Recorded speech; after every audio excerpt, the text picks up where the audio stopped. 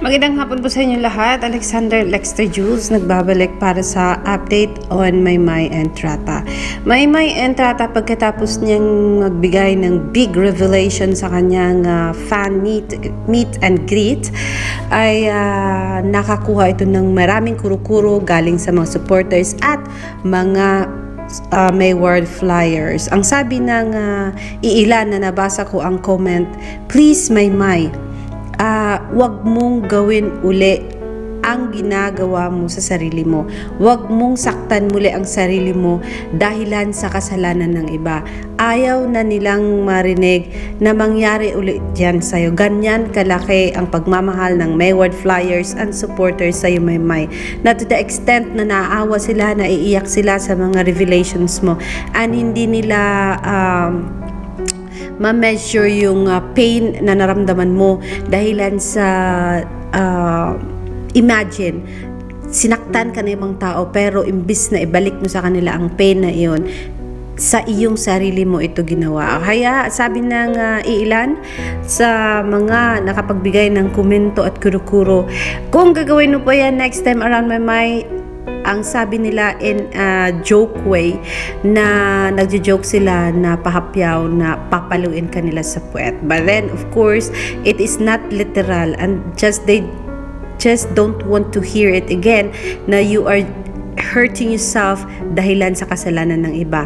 Kung ang kasalanan ng iba, paano na lang kung marami ang mananakit sa iyo, Maymay? Saan ka pupulutin? Ano ang mangyayari sa isang Maymay Entrata? Never do that again. It's alright to feel the pain and to feel the hurting, pero yung pasakitan mo ang sarili mo at pipiliin mong ikaw lang ang masaktan kaysa manakit ka ng iba, it is not right. Hindi ka naging fair sa sarili mo at talagang napaka-mean noon sa sarili mo. It's not helping, Maymay. It is dragging you down doon sa pinaka-babang-baba na talaga ng pagkatao mo. Like you don't respect yourself that way. You are hurting yourself instead na ibigay mo sa ibang tao yung sakit at pain, ibinigay mo sa sarili mo. You don't love yourself too much. It is not about hurting people. This time around, it is about hurting yourself. Ang ibig sabihin nun, mas binigyan mo pa ng halaga ang buhay ng ibang tao kesa halaga ng sarili mo. And take this seriously, Maymay, because we are not here para to give you a scold or para bigyan ka ng more pain. We are here as your older fan. Me personally, I'm way older than you, twice your age, and then it's just that Maymay, sa nakikita ko lang if you need psychological help dahil dito, you better do that now. And then it's not healthy to hurt yourself again like this. It's because it's not right na saktan mo ang sarili mo. Magalit na yung iba sa akin, but then sometimes we need to just have a talk. It's not about being insane. It's about talking freely, yung kung ano ang nasa puso mo sa isang expert. That way matulungan ka ng mas mabilis. Kasi kung sabihin mo yan sa iba na hindi naman sila talagang expert, at for example, sabihin mo lang sa kaibigan and hindi naman alam paano ka i-heal, paano ka pagalingin. So you better visit a specialist para mas mabilis yung healing mo. You said you are not fully recovered from depression and anxiety. And that means, sakto lang ang sinabi sa'yo nung sa Kumu live nyo ni Robby Domingo na you need to see an expert. Hindi lang to sinabi ng specialist doon sa mga guest nyo. Pati na rin sana naintindihan mo na it's also applicable sa'yo. Kasi that's what you really needed the most at this moment. Hindi yung hindi yung matakot ka, huwag kang matakot. Kasi it's not about insanity, it's about getting the proper advice, the proper, yung proper help na kinakailangan mo when it comes to this kind of problem. Kasi it's about, once you hurt yourself, it's different thing eh. It's better na mag-seek ka ng expert talaga, yung specialist talaga, para mabigyan ka ng tamang process paano i-heal ang sarili mo in a proper way na kung saan hindi mo na magawa uli saktan ang sarili mo. Sana maintindihan mo kung ano ang gusto kong tumbukin dito. Sana maintindihan ng mga nakakapanood ng vlog na ito kung ano ang gusto kong sabihin, kung ano ang gusto kong ipayo kay Maymay Entrata. Day Maymay in Bisaya way, kinahanglan nimo mag-seek og specialist. Kay nga naman kung ikaw lang mag-heal sa imong sarili, dili dali og dili sayon, mas dugay ang pagkaayo nimo og dugay nimo makuha ang imuhang ginapangita nga yung total healing, total recovery from depression. So mao nga kung doon na kay time nga pangita og way nga maka-istorya nimo ang usa ka espesyalista para gabayan ka, para tagaan kanya og tama nga gabay, tama nga pamamaraan para maayo na jud ka day Maymay, kanang dili na jud nimo mausab nga masakitan nimo imong sarili. Kay lahi ra jud ang expert ang mohatag nimong tambag kaysa sa amo nga mga vlogger, kay dili man mi expert, kaysa sa imong mga higala dili man na sila expert. Una do na sila kanang pagmahal nimo, do na sila dakong tawag ani gugma nga giyahan ka, pero usahay dili magud na siya tama nga way jud nga asa makit-an nimo o maangko nimo ang tama nga kaayuhan. Mao nga kinahanglan jud nimo ang tinuod jud nga expert, katong saktong expert jud nga makahatag nimo og giya. It's not about ayaw isipa nga in a wrong way ni ang akong pag-advise ni Day Maymay.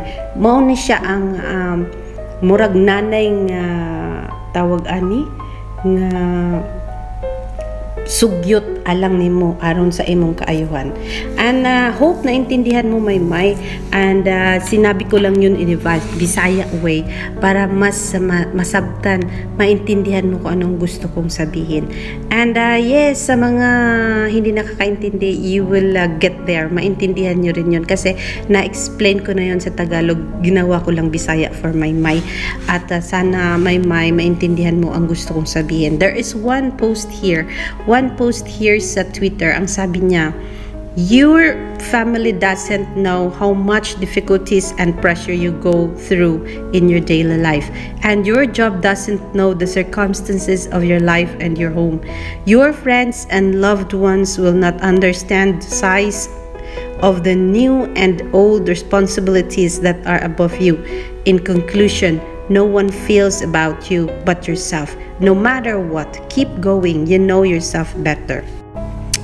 In a nice way, in a better way na pag-explain ni Maymay, nobody knows what you are carrying on your shoulders right now.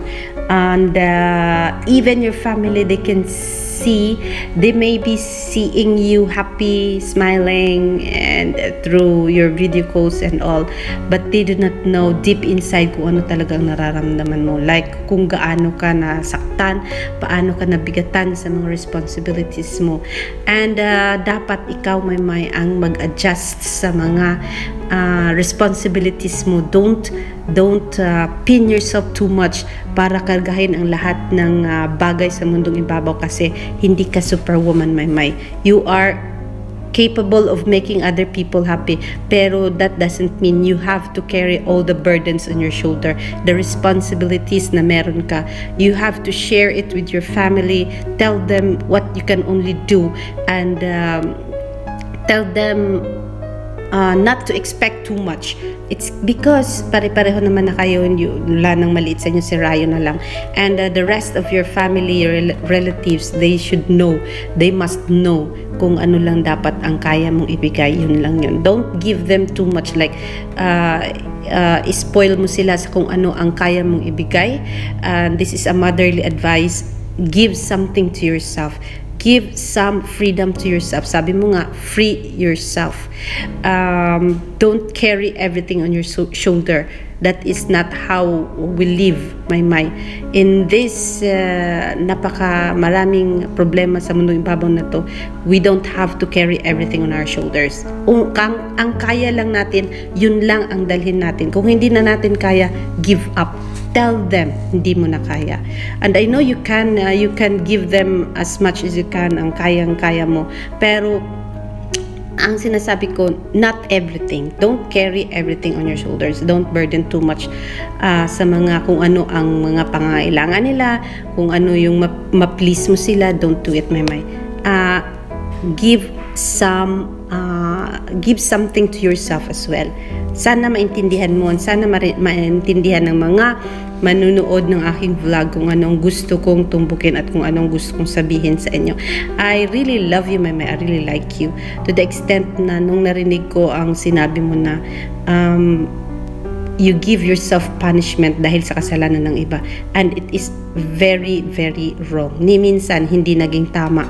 Nasaktan mo ang sarili mo dahil may nagkasala sa'yo. And maybe it is right to you. Maybe tama sa pag-iisip mo, pero what you need right now is expert to help you help yourself and heal yourself in a proper way. Alexander Lex the Juice, masyadong mahabang aking explanation. It's just that medyo ilang oras na siya sa aking brain, and I really want to shout it out to reach your ear, Maymay, and hope mairating ito sa iyong tenga para maintindihan ng puso mo kung anong gusto kong sabihin and kung bakit gusto kitang tulungan at kung bakit ang daming payo na gusto kong ibigay sa'yo. Alexander Lex the Juice, I'm not your mom, but sana ma-consider mo yung suggestion ko, and sana maintindihan mo ang isang Alexander Lex the Juice. Bye and see you later, mga Kamayward. And yes, let's just give positive comment to Maymay para naman maibsan yung kanyang stress, and para naman magkaroon siya ng peace of mind. Then let's not blame her. And sa batang isip niya kasi, ang bata-bata niya nag-mature, and parang feel niya responsibility niya ang lahat. And yes, yan lang muna dahil sa masyadong mahaba na. I will see you later, mga Kamayward. Bye!